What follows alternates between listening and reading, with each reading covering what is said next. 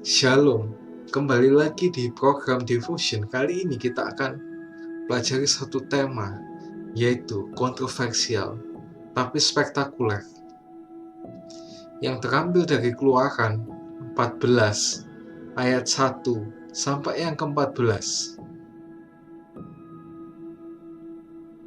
Banyak orang yang percaya bahwa kalau Tuhan sudah membuka pintu, tidak ada yang bisa menutupnya, begitu juga sebaliknya. Tetapi kenyataannya, banyak orang Kristen yang mengalami pintu yang tertutup.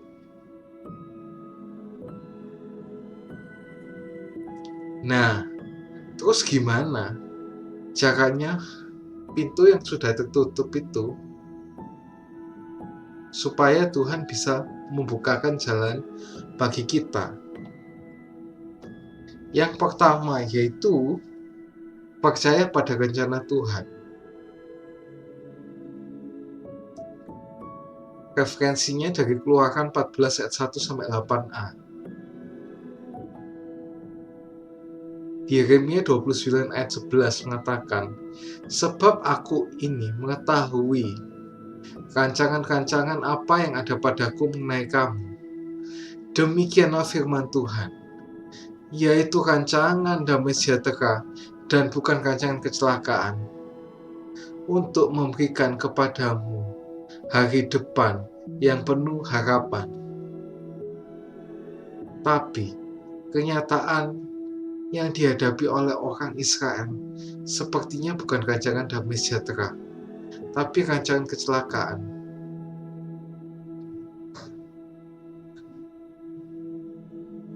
Beneran Tuhan buat celaka? Sekali-sekali pun tidak. Bahkan dikatakan di Roma 8 ayat 28, Allah turut bekerja dalam segala perkara untuk mendatangkan kebaikan bagi mereka yang mengasihi Dia. Lalu, gimana sih supaya kita bisa masuk ke dalam rencana Allah? Ini masih dalam poin pertama tadi ya. Yang pertama, bagaimana kita bisa masuk dalam dan melakukan rencana Allah?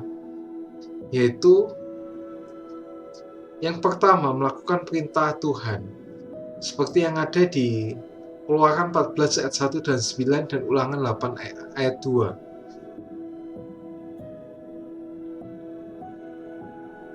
Seringkali Tuhan membawa kita masuk ke dalam rencana dengan jalan yang tidak bisa kita pahami. Tapi ketahuilah, semua itu Tuhan izinkan untuk mengetahui apakah kita tetap berpegang pada perintahnya atau tidak. Seringkali yang kita lakukan rencana kita sendiri, bukan rencana Tuhan. Contohnya di sini Yunus yang awalnya diutus Tuhan untuk menuju ke Niniwe. Tambah gak taat, malah menuju ke Tarsis, karena penduduk Niniwe dianggap menurut dia itu orang-orang yang jahat dan yang gak mau bertobat. Terus apalagi yang bisa kita lakukan supaya kita bisa masuk dan melakukan rencana Allah? Yaitu tidak perlu menyelami pekerjaan atau rencana Tuhan, seperti yang ada dalam Keluaran 14 ayat 4a. Dalam melakukan dan masuk dalam rencana Tuhan, kita tidak perlu untuk mengerti apa maksud semua yang Tuhan izinkan terjadi dalam hidup kita. Mengkhotbah 3 ayat 11. Ia membuat segala sesuatu indah pada waktunya. Bahkan ia memberikan kekekalan dalam hati mereka, tetapi manusia tidak dapat menyelami pekerjaan yang dilakukan Allah dari awal sampai akhir.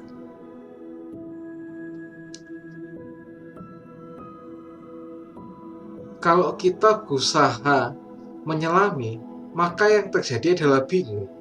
Kalau sudah bingung, kecewa, lalu putus asa dan akhirnya kepahitan. Contohnya Ayub. Ayub itu sudah hidup saleh, jujur, takut akan Tuhan, tapi kok tetap ada masalah yang kayak gitu. Dapat penyakit kusta, anak-anaknya semuanya mati, dan juga semua ternaknya mati, hartanya dirampas semua.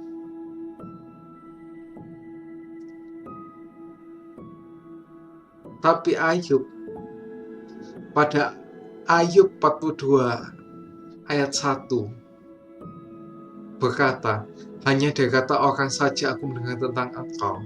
Memang awalnya Ayub itu cuma mengenal Tuhan dari apa kata orang. Tapi sekarang setelah Ayub itu mengalami masalah itu, Ayub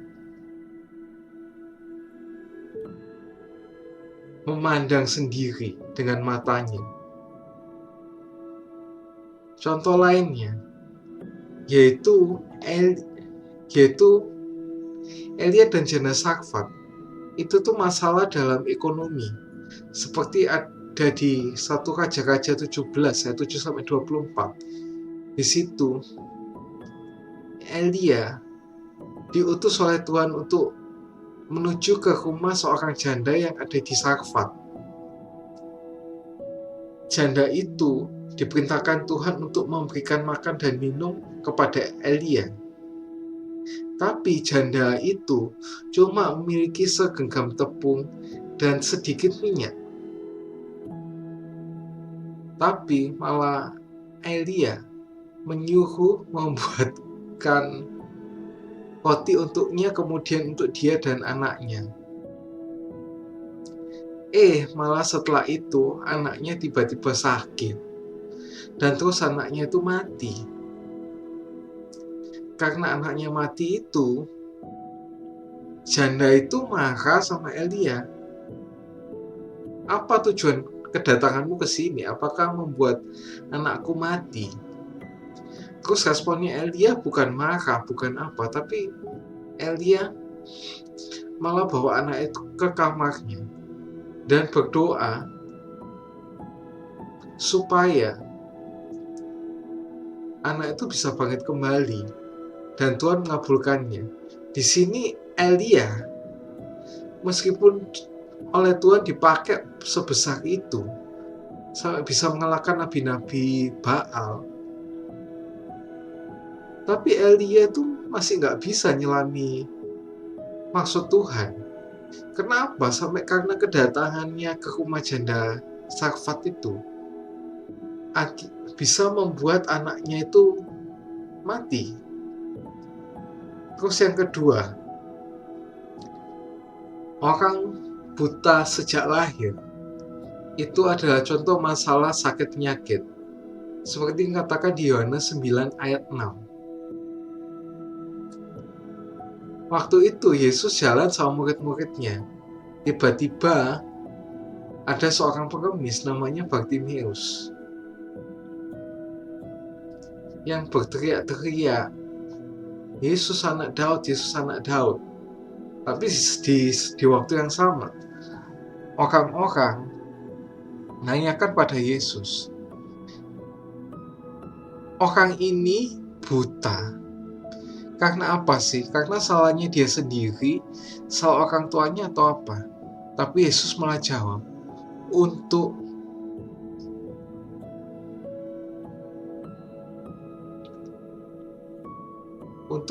melakukan rencana Bapa. Dan rencananya apa itu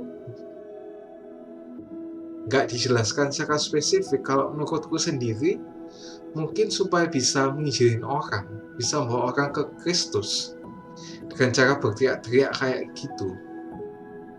Dan mungkin kalau sudah disembuhkan, dia malah menyebarkan Yesus kemana-mana. Dan contoh yang terakhir yaitu Rasul Paulus, yaitu dalam pelayanan, masalah dalam pelayanan. Rasul Paulus tuh dapat masalah banyak loh dalam pelayanan. Kayak yang pertama,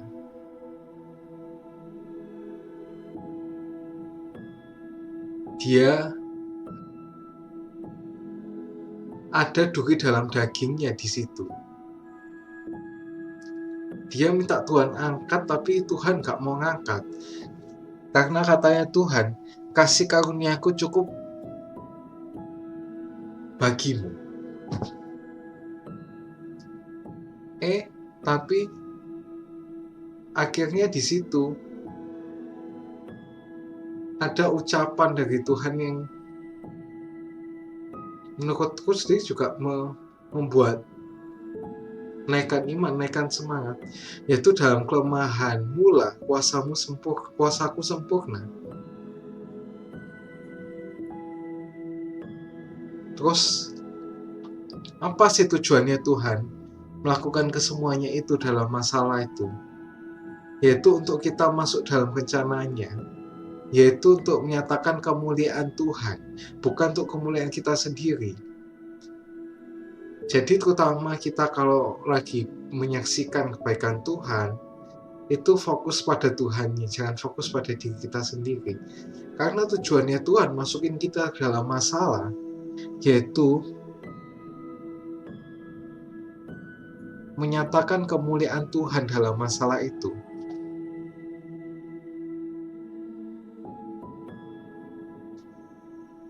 Aplikasinya untuk yang pertama ini, untuk percaya pada rencana Tuhan itu, yaitu melalui persembahan-persembahan, atau kita melakukan donasi kepada orang-orang yang membutuhkan, seperti orang miskin dan juga orang yang terkena bencana, dan juga ditugaskan pelayanan, mungkin jadi volunteer atau full timer di dalam gerejanya masing-masing, ditugaskan pelayanan itu untuk menyatakan kemuliaannya, bukan untuk menonjolkan kemampuan kita sendiri ya, tapi untuk menyatakan kemuliaannya. Terus yang kedua, bagaimana pintu itu bisa terbuka, yaitu jangan takut, berdirilah tetap dan lihatlah keselamatan dari Tuhan, seperti yang dikatakan di Keluaran 14 ayat yang ke-13. Tuhan gak pernah memberikan kita ketakutan. Di dalam 2 Timotius 1 ayat 7 dikatakan, sebab Allah memberikan kepada kita bukan ketakutan, melainkan Roh yang membangkitkan kekuatan, kasih dan ketertiban. Jadi kita itu gak perlu takut dalam menjalani kehidupan ini, karena Allah sekali-sekali tidak pernah meninggalkan dan membiarkan kita sendiri. Nah, kalau kita merasa sendiri dan merasa ditinggalkan, berarti kita sendiri yang meninggalkan Tuhan. Rasa takut itu memang wajar, tapi nggak perlu hidup dalam ketakutan. Terus apa sih ciri-ciri orang yang takut? Yaitu orang yang tidak bisa mengucap syukur. Orang yang nggak bisa mengucap syukur itu nggak mengingat kebaikan Tuhan.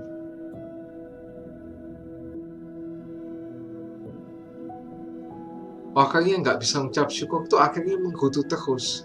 Seperti orang Israel waktu di padang gurun, seperti yang katakan di Keluaran 14 ayat 10-12.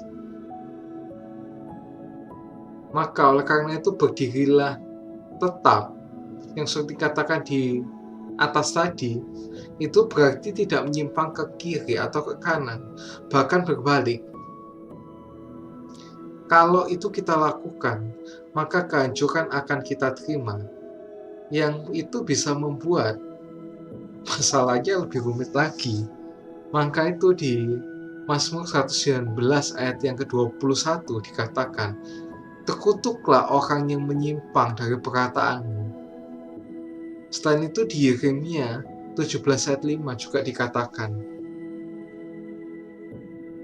terkutuk orang yang hatinya menjauh dari Tuhan. Menjauh dari Tuhan itu artinya apa? Berbalik. Malah kalau ada masalah malah nyari hamba Tuhan, malah nyari orang pintar, dukun dan sebagainya. Memang nggak salah sih kalau kita ada masalah ke hamba Tuhan untuk sekedar curhat dan segala sebagainya, untuk sebagai teman curhat.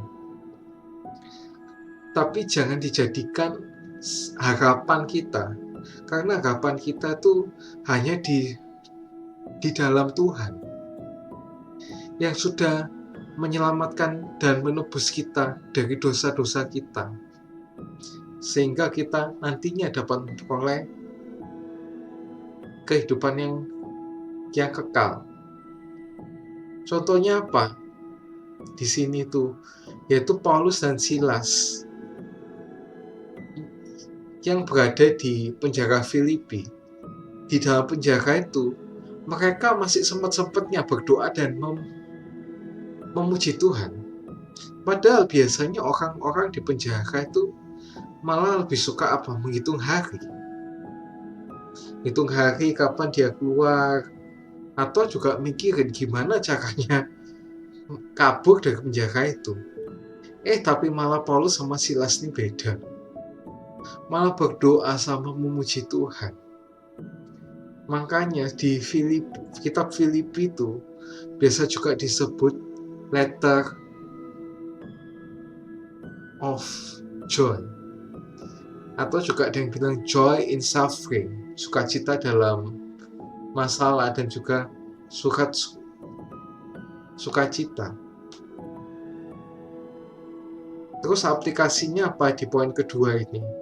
Yaitu tetap berdoa, membaca firman, dan juga direnungkan, dimengerti ya, jangan cuma dibaca, mengucap syukur dan memuji Tuhan dalam segala hal.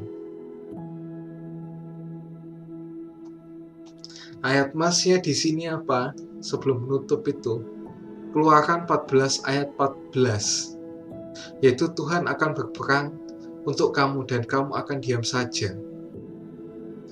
Di sini tuh artinya ketika Musa mengangkat tongkatnya dan mengulurkan tangannya ke atas laut, maka air laut akan terbelah, dan akhirnya orang Israel dapat keluar dari masalah, yaitu menyeberangi laut Tebrau.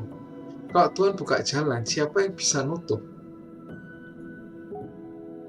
Maka itu, janganlah takut, berdirilah tetap, dan lihatlah keselamatan dari Tuhan yang akan diberikannya kepadamu. Karena masalah hari ini tidak akan kamu lihat lagi selama-lamanya. Tapi masalah itu akan tetap datang dengan bentuk yang berbeda, walaupun kelihatannya itu masalahnya sama.